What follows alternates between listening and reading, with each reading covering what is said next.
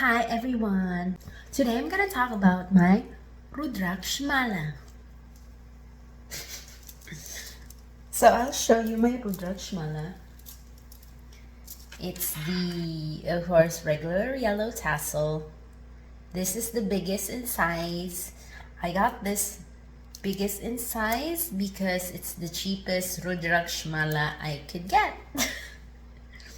I had this for a while now. I would say less than a year, but definitely more than 6 months. And let me tell you my experience wearing this. First, I'm gonna talk about the physical aspect of it. So when I first got my Rudraksha Mala, it was, I think, coated in some sort of yellow. It could be like turmeric, because when I conditioned it in milk and ghee, the milk turned yellow. I didn't really notice the changes in the color of the ghee, but definitely the milk turned yellow. And when I rinse my mala, also the water turns yellow. So there was a time where I was really cautious in wearing my white shirts because the stain tends to transfer to the yellow shirt.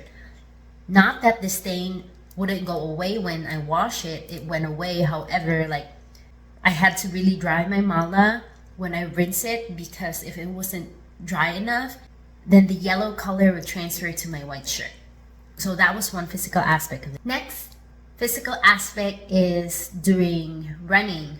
So I run and I constantly sweat, of course, because I run, and I would still wear my mala every time I run. I know I have a sensitive skin that sometimes when I use a necklace, or for instance this mala, and I don't rinse it, I know I'll get some bumps that are really itchy on my neck. That's why every time I use my mala after running, I would always rinse it to hopefully wash off any maybe bacteria or whatever organism that has lived in my mala because of the sweat to not affect my skin. So I did that constantly.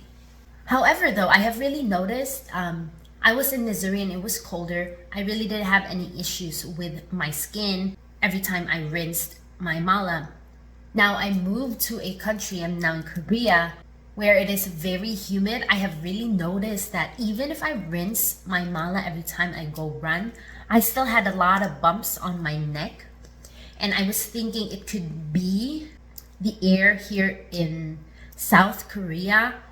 And I was still thinking it could probably be my mala. So what I did is, more than just rinsing my mala, I actually try to scrub it a little bit with a toothbrush or soak it in water while I shower, so any of the impurities would go away. I was also applying some eczema cream on my neck to get rid of the itch and bumps, and that somehow controlled my skin situation.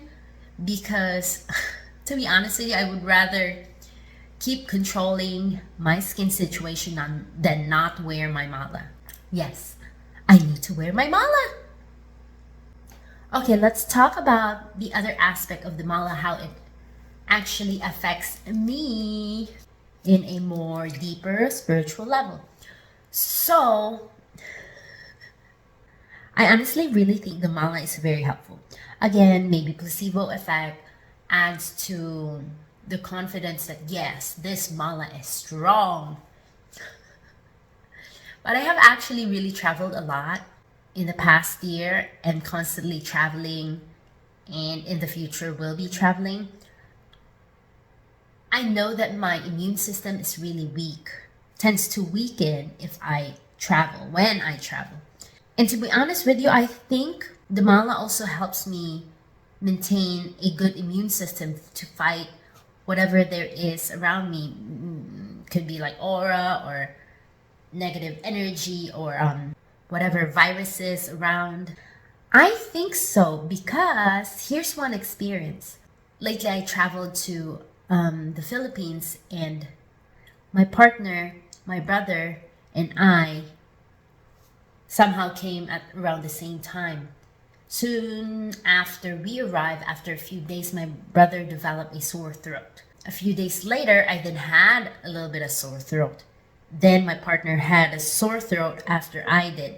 And it was interesting because maybe a day have passed and my sore throat somehow went away, my sniffles are gone, and I became normal. Normal, like feeling better. However, my brother and my partner tested positive for COVID. Their lives are not in danger because they're really physically fit. They just need to take some Tylenol and they got better. But I didn't get the COVID. Yes, my brother's vaccinated. They're all good. They have all this vaccination. I do have my vaccination too. But despite them having their vaccination, they still got kicked really hard by darn COVID. And I somehow didn't.